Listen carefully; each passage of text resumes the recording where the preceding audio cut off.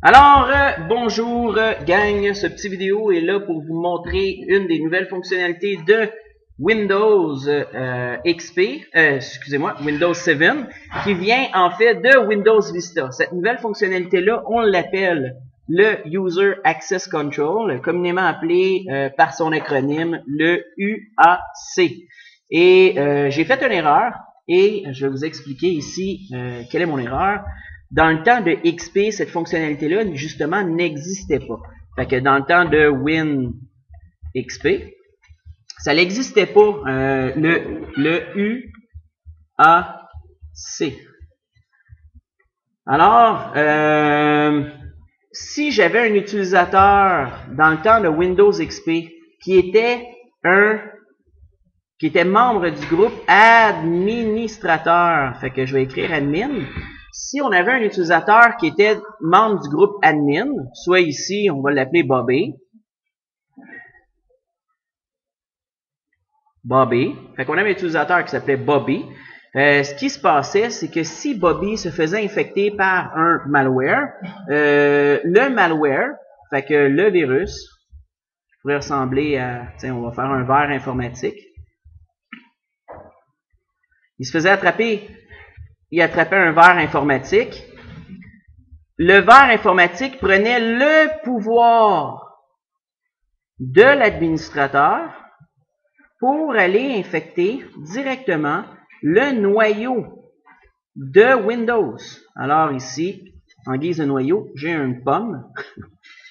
Pour mes étudiants, ils vont comprendre là, ce que c'est justement la pomme. Mais le noyau, on va parler souvent du kernel ou du registre de Windows. Fait que, et pourquoi qu'il va infecter le noyau? Question de d'être en mesure de partir dès le démarrage de Windows. Alors, il va essayer de s'implanter à l'intérieur de le noyau de Windows. Fait que ça, c'était dans le temps d'XP. Et le problème, dans le temps de Windows XP, c'était que le premier utilisateur qu'on créait dès l'installation de Windows XP, il nous créait un utilisateur qui était administrateur. Fait que, souvent, la plupart des utilisateurs ne changeaient pas ça. L'utilisateur restait administrateur et on utilisait ce compte-là pour faire on faisait tout avec cet utilisateur-là. On naviguait sur Internet, on installait des logiciels.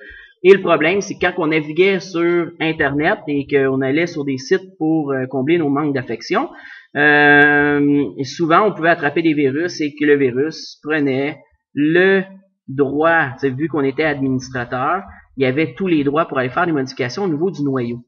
Alors, ce qui est arrivé justement, une des nouvelles fonctionnalités qui est arrivée dans le temps de Vista, c'était que il y a le UAC qui est arrivé. Fait que à cette heure, toutes les modifications qui vont amener un changement soit au noyau ou un changement au niveau du système, il y a le UAC qui embarque. Alors, petit exemple, j'ai toujours mon utilisateur Bobby.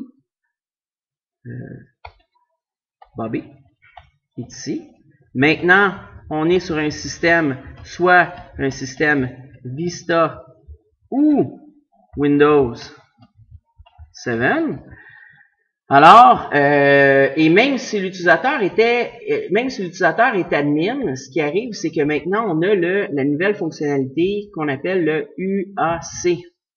Maintenant, les utilisateurs n'agissent jamais en tant qu'administrateur dès le premier coup. Alors, si l'utilisateur essaye d'installer un logiciel qui amène un changement au niveau du noyau, ce qui va se passer, c'est qu'on va avoir une fenêtre grisée qui va apparaître, qui va nous demander si on est à l'exécution du logiciel qui s'en va faire un changement vers le noyau de Windows. Alors, on a une excellente protection là, qui a été ajoutée depuis Windows Vista. Par contre, dans le temps de Vista, c'était beaucoup trop agressif. Maintenant, depuis Windows 7, il est moins agressif, mais on a toujours le moyen de le rendre aussi agressif que dans le temps de Vista, parce qu'il y a des nouveaux paramètres qui sont arrivés dans le temps de Windows, depuis Windows 7. Alors maintenant, suffit les explications. On tombe maintenant à la pratique. Je vous montre comment faire pour paramétrer le UAC. Tout simplement, on va aller au niveau du panneau de configuration et on va aller au niveau des comptes. Oups. compte d'utilisateur.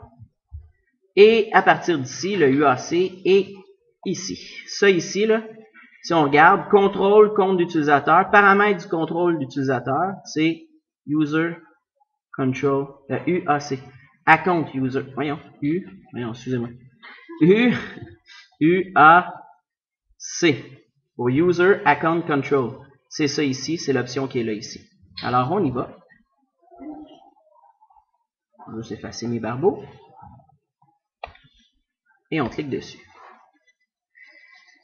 Présentement, cordonnier mal chaussé, mon ordinateur s'est désactivé présentement mon UAC. Par défaut, si vous regardez, par défaut, il est à ce niveau-là. Fait que par défaut, le UAC va m'avertir uniquement quand les programmes tentent d'apporter des modifications à mon ordinateur. Fait que ici, je vais le placer comme ça. Je vais lui dire OK, là-dessus ici. Et à partir de maintenant, et en fait, là, je viens de l'activer. Après une activation du UAC, en principe, je devrais redémarrer mon ordinateur. Fait que chose que je ne ferai pas présentement pour la vidéo, malheureusement, parce que sinon ça va être trop long pour la vidéo. Mais en principe, si une fois que je l'ai activé, si j'essaie d'aller au niveau du registre, l'éditeur de registre, j'aurais ici, même là, j'aurais une fenêtre UAC qui apparaîtrait. Comme je vous explique, là, je viens de l'activer. Il aurait fallu que je redémarre l'ordinateur pour que ça prenne effet, malheureusement. Alors, c'est ce qui met fin à ce magnifique petit vidéo qui vous explique la nouvelle fonctionnalité du User Account Control UAC.